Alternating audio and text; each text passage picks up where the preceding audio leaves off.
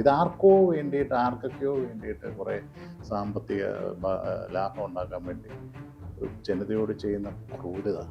അന്നന്നത്തെ ദിവസത്തെ രാഷ്ട്രീയ ലാഭത്തിന് വേണ്ടി നിൽക്കുന്ന ഒരു കൂട്ടം ആളുകൾ കോൺഗ്രസും എൽ ഡി എഫുമായിട്ട് നിൽക്കും. ഇന്ന് ഈ ബ്ലാക്ക് ടോപ്പ് റോഡിൻ്റെ അവിടെ വന്ന് നിൽക്കുക കിടക്കും. എത്രയോ കിലോമീറ്ററുകൾ 10-25 വർഷം കൊണ്ട് എത്രയോ കിലോമീറ്ററുകൾ കടൽ അകത്തേക്ക് കയറി.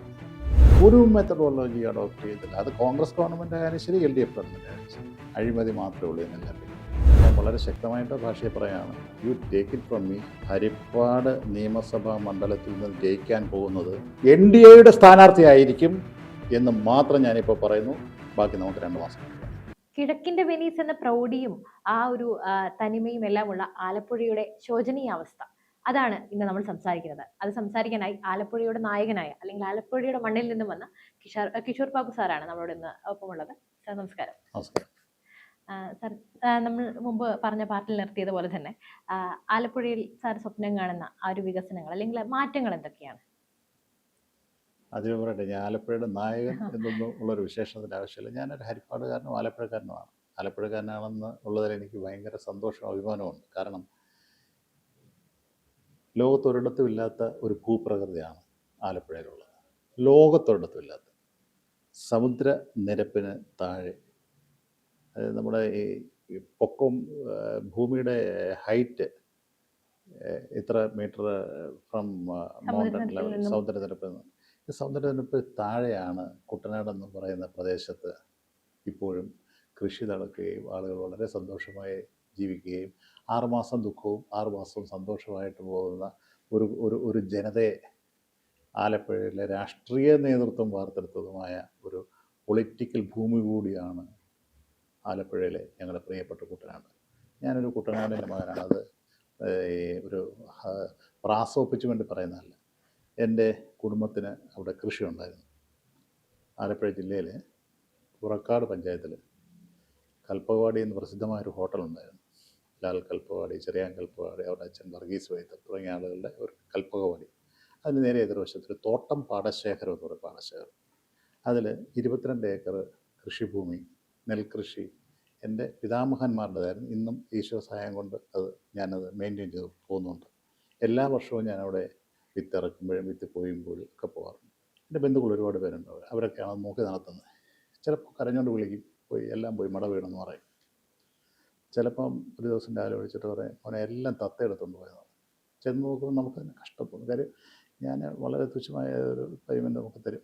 ബാക്കി മുഴുവൻ ഇവരാണ് അധ്വാനിക്കുന്നത്. ഈ മണ്ണിനോട് പടവെട്ടി, രാവുകൾ പടവെട്ടി, വൈകുന്നേരം തേച്ച് വീട്ടിൽ വന്ന് കിടന്ന് നോക്കുമ്പോൾ ഈ മടയൊക്കെ വീഴുക എന്നൊക്കെ പറഞ്ഞു കഴിഞ്ഞാൽ നമ്മളിങ്ങനെ സിനിമയ്ക്കകത്തൊക്കെ കണ്ടു കൂട്ടല്ല. ഒരു മനുഷ്യൻ്റെ ജീവിതം, ഒരു കുടുംബത്തിൻ്റെ, ഒരു സമൂഹത്തിൻ്റെ ജീവിതം ഛിന്ന ഭിന്നപ്പമായി പോവുക. അവരുടെ മുമ്പിൽ ഒരു ഓപ്ഷൻ ഇല്ല. അവർക്ക് വേറെ ബിസിനസ് മോഡൽസോ ബിസിനസ് ഐഡിയാസോ ഒന്നുമില്ല. വീണ്ടും ഈ വെള്ളം വറ്റിച്ച് അടുത്ത വർഷം കൃഷി ഇറക്കുമ്പോൾ 20 മേനിക്ക് പകരം 30 മേനി കിട്ടി എൻ്റെ ബാധ്യതയിൽ നിന്ന് എനിക്ക് ഒഴിവാകാം എന്നുള്ള സ്വപ്നത്തിൽ മാത്രം ആ ഒരു കമ്പാർട്ട്മെൻ്റ് അല്ലാതെ അതിൽ നിന്ന് പുറത്തോട്ട് വന്നവർക്ക് ചിന്തിക്കാനേ പറ്റത്തില്ല. അത് ഞാൻ എൻ്റെ ഓർമ്മ വെച്ച കാലം മുതൽ കണ്ടുപോയിരുന്ന കാര്യം.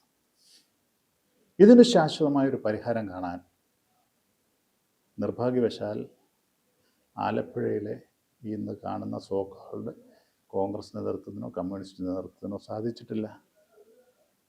കുട്ടനാട് പാക്കേജ് എന്ന് പറയുന്ന ഒരു പ്രതിഭാസം പ്രകൃതിക്ക് ഒത്തിണങ്ങാത്ത വികസന പ്രവർത്തനം. അതായത് സാധാരണ കുട്ടനാട് ചരിത്രം പഠിക്കുന്നവർക്കറിയാം, അതിൻ്റെ ബൗണ്ടറി ബണ്ടെന്ന് പറയും.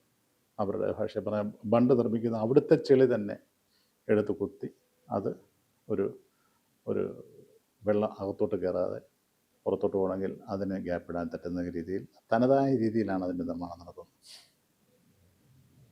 ഇതിവർ കൊണ്ടുവന്നിട്ട് slab cast and through piling വെച്ച് ഇത് ഇങ്ങനെ 2 പോസ്റ്റ് നിർത്തി അതിൻ്റെ ഇടയിൽ ഒരു സ്ലാബ് ഇൻസർട്ട് ചെയ്ത് അതൊരു വെള്ളം വരുമ്പോൾ ഒഴുകി പോകും, അല്ലെന്നുണ്ടെങ്കിൽ ചവിട്ട് കൊടുത്തത് പോകും. ആ രീതിയിൽ ഇത് ഒരു സൊല്യൂഷന് വേണ്ടിയിട്ട്, ഇതാർക്കോ വേണ്ടിയിട്ട് ആർക്കൊക്കെയോ വേണ്ടിയിട്ട് കുറേ സാമ്പത്തിക ലാഭം ഉണ്ടാക്കാൻ വേണ്ടി ഒരു ജനതയോട് ചെയ്യുന്ന ക്രൂരത. ഈ പരിപാടികൾ മുഴുവൻ നിർത്തിവെക്കും. അവിടുത്തെ ജനങ്ങളെ വിശ്വാസത്തിലെടുക്കണം. ഞാൻ ആലപ്പുഴ ജില്ലയുടെ ഒരു ഭാഗം മാത്രം. ഞാൻ അപ്പർ കുട്ടനാട്, എൻ്റെ ആലപ്പുഴ ജില്ലയുടെ ഞാൻ പറയുന്ന ആ തോട്ടപ്പള്ളി പ്രദേശം എന്നൊക്കെ പറയുന്ന അപ്പർ കുട്ടനാടാണ്. ഒറിജിനൽ കുട്ടനാട് അതിന് താണ്ടി അപ്പുറത്തോട്ട് കിടക്കാം. കുട്ടനാട് എന്ന് പറയുന്ന അസംബ്ലി കോൺസ്റ്റിറ്റ്യുവൻസിയിൽ വരുന്ന സ്ഥലമല്ല ഇത് അമ്പലപ്പുഴ എന്ന് പറയുന്ന അസംബ്ലി കോൺസ്റ്റിറ്റ്യുവൻസി വരുന്നത്. ഞാൻ എന്നത് പെട്ടെന്ന് എനിക്ക് പറയുമ്പോൾ ഞാനത് ഒരുപാട് വികാരപരമായി എന്നെ കണ്ടുകൊണ്ട് കണ്ടിട്ടുള്ളതാണ്. ഈ മഴ വീഴലും ആത്മഹത്യാശ്രമവും ഞാൻ നേരിട്ട് കണ്ടിട്ടുള്ളതാണ്.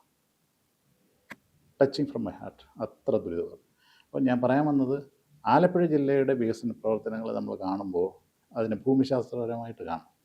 കാരണം തെക്കൻ മേഖല എന്ന് പറയുന്നത് തീരദേശം, പടിഞ്ഞാറൻ മേഖല എന്ന് പറയുന്നത് തീരദേശം എന്ന് പറഞ്ഞു കഴിഞ്ഞാൽ വറുതിയുടെയും ദുഃഖത്തിൻ്റെയും മറ്റൊരു ഭൂപ്രദേശം. ഇന്ന് പിടിച്ചുകൊണ്ട് വന്ന് ആ പൈസ കൊണ്ട് വീട്ടിൽ അരി മേടിച്ച് അത്താഴം വയ്ക്കാൻ കാത്തിരിക്കുന്ന വീട്ടമ്മമാരുടെ ഒരു നീണ്ട നിര. അത് കഴിഞ്ഞതിന് ശേഷം ഇപ്പുറത്തേക്ക് വരുമ്പോഴത്തേക്ക് തീരദേശ പ്രദേശം കഴിയുമ്പോൾ, ഞാൻ ഈ പറയുന്ന തീരദേശ പ്രദേശം തുടങ്ങുന്ന ആലപ്പുഴ ജില്ലയുടെ കരുനാഗപ്പള്ളി മുതൽ ഇങ്ങ് ചേർത്തല എറണാകുളം വരെ തീരദേശ പ്രദേശമാണ്. നടുക്ക് വരുന്നത് നാഷണൽ ഹൈവേയുടെ ഇടതും വലതുമായിട്ട് കച്ചവടക്കാർ, ചെറിയ ട്രേഡേഴ്സ്, അതുപോലുള്ള ആളുകൾ. ഒരു വ്യാവസായിക സ്ഥാപനമില്ല. നിങ്ങൾ കാർ യാത്ര ചെയ്യുമ്പോൾ അറിയാം, ചേർത്തല മാത്രം സ്വകാര്യ മേഖലയിലില്ലത്, കുറച്ച് ഗവൺമെൻറ് മേഖലയുള്ള എല്ലാം അടച്ചുപൂട്ടി കിടക്കുകയാണ്, പകുതി കൂടി അടച്ചുപൂട്ടി കിടക്കുകയാണ് വ്യാവസായ സ്ഥാപനങ്ങൾ. അത് കയറുകയവരും മഴക്കാലത്ത് ഉണ്ടാക്കിയാണ്. അതിനുശേഷം ഒന്നും ഉണ്ടായിട്ടില്ല. ആകപ്പാടെ വന്നിട്ടുള്ളത് ഒരു ഹോംകോ എന്ന് പറയുന്ന ഹോമിയോ മെഡിസിൻ ഉൽപ്പാദിപ്പിക്കാനുള്ള ഒരു സ്ഥാപനം. അതൊന്നും വന്നിട്ടില്ല. തിരിച്ച് ഇപ്പുറത്തോട്ട് പോകുമ്പോഴത്തേക്കാണ് ഞാൻ പറഞ്ഞ ഈ അപ്പർ കുട്ടനാട് എന്ന് പറയുന്നത്.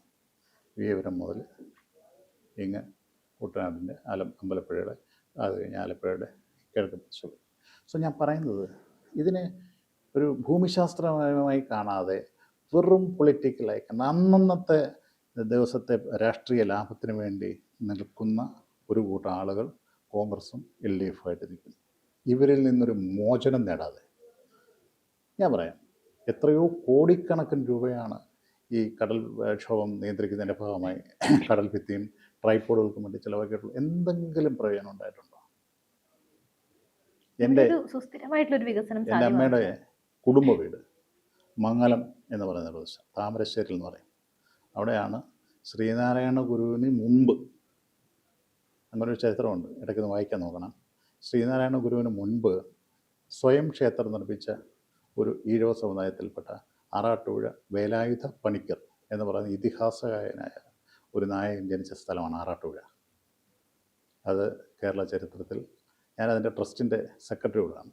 ആറാട്ടുപുഴ വേലായുധ പണിക്കർ ഫൗണ്ടേഷൻ്റെ ട്രസ്റ്റിൻ്റെ ജനറൽ സെക്രട്ടറിയാണ്. അതിൻ്റെ ചെയർമാൻ ആലുംമൂട്ടിൽ രാധാകൃഷ്ണൻ സാറാണ്. ആലുംമൂട്ടിൽ എന്ന് പറയുന്നത് പഴയൊരു തറവാടുണ്ട്, അതിൻ്റെ ചെയർമാൻ അദ്ദേഹമാണ്. അപ്പം ഞങ്ങൾ ഇതിൻ്റെ പ്രവർത്തനങ്ങളുമായിട്ട് അവിടെ പോകുമ്പോഴത്തേക്ക് പഴയ ആളുകൾ, ആ തലമുറ, എന്നെക്കാട്ടിൽ എത്രയോ സീനിയറാണ് രാധാകൃഷ്ണൻ സാറൊക്കെ ആയിട്ട് അവിടെ പോകുമ്പോൾ മംഗലം ജ്ഞാനേശ്വര ക്ഷേത്രം എന്നുള്ളത്, അത് ശ്രീനാരായണ ഗുരുവിന് എത്രയോ മുമ്പ് സ്ഥാപിച്ച ക്ഷേത്രം, ശിവക്ഷേത്രം, ആറാട്ടുപുഴ വേലായുധ സ്വയം സ്ഥാപിച്ച ക്ഷേത്രം. അത് ഭയങ്കര റവല്യൂഷണറി മൂവ്മെൻ്റ് ആയിരുന്നു. ഞാൻ പറയാൻ വരുന്നത്, ഈ തീരപ്രദേശങ്ങളിൽ ഇതുപോലെ ഇതിഹാസകാരന്മാരായിട്ട് ഒരുപാട് പേർക്ക് ജന്മം കൊടുത്തൊരു പ്രദേശമാണ്. അപ്പോൾ ഈ ക്ഷേത്രത്തിലൊക്കെ ഞങ്ങൾ പണ്ട് വരുമ്പോൾ ഈ പുരുഷോത്തമൻ എന്ന് പറയും, ഈ താമരശ്ശേരിയിലെ വീട്ടിലൊക്കെ കാണുന്നവരുടെ പേര് പുരുഷോത്തമൻ, അദ്ദേഹത്തിൻ്റെ കൂടി ഇങ്ങനെ കടപ്പുറത്ത് നടക്കാൻ പോകും. ആ നടക്കാൻ പോകുന്നതും ഈ ക്ഷേത്രവും തമ്മിലുള്ള ഡിസ്റ്റൻസ്, അതായത് ക്ഷേത്രം കഴിഞ്ഞിട്ടൊരു റോഡ്, ബൈപ്പാസ് തീരദേശ റോഡ് പോകുന്നുണ്ട്. ആ റോഡിൽ നിന്ന് കിലോമീറ്ററുകളോളം നമുക്ക് അകത്തോട്ട് പോകാമായിരുന്നു. കടലിലേക്ക് അങ്ങോട്ട് നടക്കാമായിരുന്നു, കടലിലേക്ക് നടക്കാമായിരുന്നു, തീരമായിരുന്നു. ഇന്ന് ഈ ബ്ലാക്ക് ടോപ്പ് റോഡിൻ്റെ അവിടെ വന്ന് നിൽക്കുക കടൽ. എത്രയോ കിലോമീറ്ററുകൾ, 10-25 വർഷം കൊണ്ട് എത്രയോ കിലോമീറ്ററുകൾ കടൽ അകത്തേക്ക് കയറിയിരുന്നു. ഈ പ്രതിഭാസം, ഈ എറോഷനെ നിർത്തലാക്കുവാൻ വേണ്ടിയിട്ട് ലോകത്തിൽ ഒരുപാട് നൂതനമായ ശാസ്ത്രീയമായ ഇൻഫ്രാസ്ട്രക്ചർ ആക്ടിവിറ്റീസ് ഉണ്ട്. ഇതൊന്നും ചെയ്യത്തില്ല. ഈ കൺവെൻഷണലായിട്ടുള്ള മെത്തഡോളജി അല്ലാതെ ഒരു മെത്തഡോളജി അഡോപ്റ്റ് ചെയ്തില്ല. അത് കോൺഗ്രസ് ഗവൺമെൻറ് ആയാലും ശരി, LDF ഗവൺമെൻറ് ആയാലും ശരി, അഴിമതി മാത്രമേ ഉള്ളൂ ഇതിനെല്ലാം. പിന്നെ ഇത് ഏറ്റവും വലിയ അഴിമതി നടക്കുന്നൊരു മേഖലയാണ്. കാരണം ഇത് വേ ബ്രിഡ്ജിനകത്ത് കയറ്റി ഇത്ര ടൺ വന്നു, അതാണ് സർട്ടിഫിക്കേഷൻ. വന്നു പോയാൽ പോയി. ഇതൊന്നും ആർക്കും, കടലിൽ കല്ലിടുക എന്ന് പറഞ്ഞത് ഫ്രൈസ് തന്നെ ഉണ്ടായത് ഈ ആറാട്ടുപുഴ തൃക്കുന്നപ്പുഴ മേഖലയിലെ കടൽ നിർമ്മാണ ഭിത്തിയുമായി ബന്ധപ്പെട്ടുള്ള അഴിമതി കഥകൾ. കടലിൽ കല്ലിടുക എന്നുള്ള ഫ്രൈസായി പൊതുമരാമത്ത് നിർമ്മാണ പ്രവർത്തനങ്ങൾ. സോ ഞാൻ പറയാൻ വന്നത്, അശാസ്ത്രീയമായ രാഷ്ട്രീയ വീക്ഷണം, ലോങ് ടേം വിഷൻ ഇല്ലായ്മ, സസ്റ്റൈനബിലിറ്റി ഇല്ലായ്മ. ഡെവലപ്മെൻറ്റ് ജനങ്ങൾക്ക് വേണ്ടി ലോങ് ടേം ആകണം എന്ന് ആഗ്രഹിക്കുന്ന ഒരാൾ, ഖജനാവിൽ നിന്ന് പൈസ ചിലവാക്കുമ്പോൾ രണ്ടാമത് ആലോചിക്കുന്ന ഒരാൾ ഇന്ന് കാണിക്കുന്ന ഈ അടിസ്ഥാനപരമല്ലാത്ത, ജനങ്ങൾക്ക് ക്രിയാത്മകമല്ലാത്ത വികസന പ്രവർത്തനങ്ങൾ ചെയ്യില്ല. അതിൻ്റെ റീസൺ എന്ന് പറഞ്ഞു കഴിഞ്ഞാൽ ഈ ഇടത് വലത് മൂവ്മെൻറ്റുകളാണ്. പ്രതിജ്ഞാബദ്ധതയില്ലാത്ത, രാഷ്ട്രീയ ഇച്ഛാശക്തി ഇല്ലാത്ത ഒരു നേതൃത്വം കൊണ്ടാണ്. അത് തന്നെയാണ്, തീർച്ചയായും അതിൽ യാതൊരു സംശയവുമില്ല. എന്തായാലും ഈ ഒരു തിരഞ്ഞെടുപ്പിലെങ്കിലും ജനങ്ങൾക്ക് അവരുടെ നല്ല ബുദ്ധി ഉദിക്കട്ടെ എന്ന് തന്നെ ഞാൻ പറയാം. കാരണം അവരുടെ നല്ലതിന് വേണ്ടി തന്നെയാണ് പറയുന്നത്. ചിലർ ഇപ്പോഴും ചില പ്രത്യയശാസ്ത്രങ്ങളിൽ you take it from me, Alappuzha ജില്ലയിൽ 9 അസംബ്ലി മണ്ഡലങ്ങളാണുള്ളത്. ഈ 9 അസംബ്ലി മണ്ഡലങ്ങളിൽ കോൺഗ്രസ്സിന് 1 സീറ്റാണുള്ളത്, ഹരിപ്പാട്, ശ്രീ രമേശ് ചെന്നിത്തല. ഒരിക്കൽ കൂടി ഞാൻ വളരെ ശക്തമായിട്ട് ഭാഷയെ പറയുകയാണ്, you take it from me, Haripad നിയമസഭാ മണ്ഡലത്തിൽ നിന്ന് ജയിക്കാൻ പോകുന്നത് NDAയുടെ സ്ഥാനാർത്ഥിയായിരിക്കും എന്ന് മാത്രം ഞാനിപ്പോൾ പറയുന്നു. ബാക്കി നമുക്ക് 2 മാസം കഴിഞ്ഞ് പറയാം. Thank you sir. ആലപ്പുഴ ജില്ലയിലെ 9 സീറ്റിൽ 4-ൽ പരം സീറ്റുമായി NDA കേരള നിയമസഭയിലേക്ക് പോകുന്നതും അതും ഒരു ചരിത്രമാകാൻ പോവുക. ജനം അത്രയ്ക്ക് വെറുത്തിരിക്കുന്നു ഇടതിനെയും വലതിനെയും. They are waiting for a day to cast their vote against this both alliance. Okay? Sir. Thank you. Thank you. Thank you.